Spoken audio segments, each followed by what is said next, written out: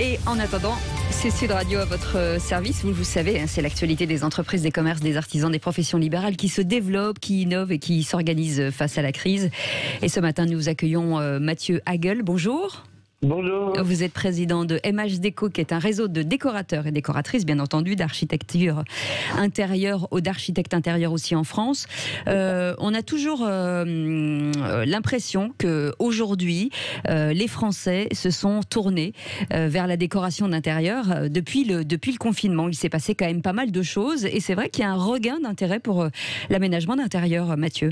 Oui, c'est ça. Il y a toujours eu, je dirais, depuis longtemps, depuis la première médiatisation du métier, il y a toujours eu un élan vers la décoration. Mais là, c'est vrai qu'entre le home office, entre le fait d'être cloîtré chez soi, de ne pas pouvoir sortir du confinement et le fait de ne pas non plus pouvoir déménager pendant cette période-là, les gens se sont, je dirais, reconcentrés pour revoir leur intérieur, pour le réadapter aussi. Donc les gens se sont remis à rénover en masse pour se sentir bien chez eux. Alors, on est toujours un petit peu perdu, justement, lorsqu'on a un projet de rénovation. C'est pas vers qui se tourner, c'est toujours très compliqué. On a l'impression que c'est cher et que c'est pas pour soi. Grâce à vous, vous proposez un principe, justement, de franchise. Vous donnez cette capacité aux particuliers de s'adapter en fonction des besoins et des envies de chacun. Oui, c'est ça. En fait, quand on fait appel à un architecte d'intérieur, aujourd'hui, le rôle premier de l'architecte d'intérieur, c'est surtout de composer avec les contraintes du client, et le budget fait partie des contraintes du client. Donc, évidemment, on n'est jamais magicien, mais en tout cas, on va avoir un professionnel, va forcément avoir des idées ou des solutions qu'on n'aurait pas forcément soi-même et qui vont permettre de rentrer un projet de rénovation dans un budget qui va être prédéfini au départ. Aujourd'hui, vous travaillez avec pas mal de professionnels. Vous avez 50 agences en France. Donc, ce qui veut dire, c'est que vous travaillez aussi sur le côté proximité. Oui, c'est ça. Aujourd'hui, quand on fait des travaux de rénovation, on a toujours peur aussi du chantier, du suivi du chantier. Oui. Et aujourd'hui, notre capacité, c'est de garantir à nos clients d'avoir un architecte d'intérieur à côté de chez lui, ou en tout cas dans un périmètre de 15 à 20 km, ce qui est quand même très sécurisant pour la gestion de son chantier.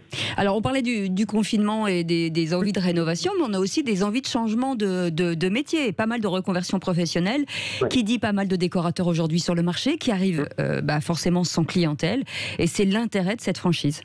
Oui, c'est tout l'intérêt, c'est qu'aujourd'hui, ce métier fait un peu rêver sur le papier parce que ça paraît simple, avec tout ce qu'on voit à la télé, etc. Et beaucoup de gens, je dirais la moitié des décorateurs aujourd'hui en France sont issus d'une reconversion professionnelle. Donc il existe effectivement pas mal d'écoles plus ou moins reconnues, donc ça c'est top. Mais on oublie que sur le papier c'est beau, mais quand on est indépendant, avant d'être décorateur, on est avant tout chef d'entreprise, donc commercial, donc marketeur, donc comptable, et que souvent on tombe de haut quand on se met à son compte parce que le client n'arrive pas tout seul. Donc le principe d'un réseau de franchise, c'est d'assister, d'accompagner les nouveaux décorateurs à conquérir une nouvelle clientèle. Et c'est plutôt féminin ou plutôt masculin? Est-ce que c'est finalement vraiment genré la décoration? Parce qu'on a l'impression de voir sur les réseaux sociaux, sur Instagram, de plus en plus de femmes s'intéresser à la décoration d'intérieur. Je ne sais pas si c'est le cas. En tout cas, chez nous, sur 50 agences, on est 47 femmes. Donc, c'est vrai que ah oui je pense que ça reflète. Non, c'est vrai que moi, j'interviens aussi dans des écoles de décoration. Et c'est vrai que c'est à consonance féminine. Après, il existe aussi des décorateurs et des architectes d'intérieur masculins. Et l'intérêt surtout de MH Déco, c'est d'avoir un seul interlocuteur. C'est-à-dire qu'on a une clé d'entrée qui est vous. Et puis ensuite, on ne passe pas par 50 personnes différentes. Oui, c'est ça, parce que déjà chez nous, c'est un interlocuteur, parce que ce sont des franchisés, donc on travaille uniquement avec l'archi en question. Et après, cet archi, lui, est entouré de partenaires, que ce soit des sociétés de bâtiments, que ce soit des cuisinistes, que ce soit tout type de corps de métier derrière. C'est lui qui va gérer, qui va mettre en relation le client, mais surtout qui va gérer la relation entre tous ses interlocuteurs. Et ben voilà, on sait tout. Merci beaucoup Mathieu Hagel d'avoir été avec nous. Président de MH Déco, donc c'est un réseau de décoratrices, décorateurs et architectes d'intérieur en France. Si vous avez des projets, vous savez que vous pouvez les consulter sur Internet.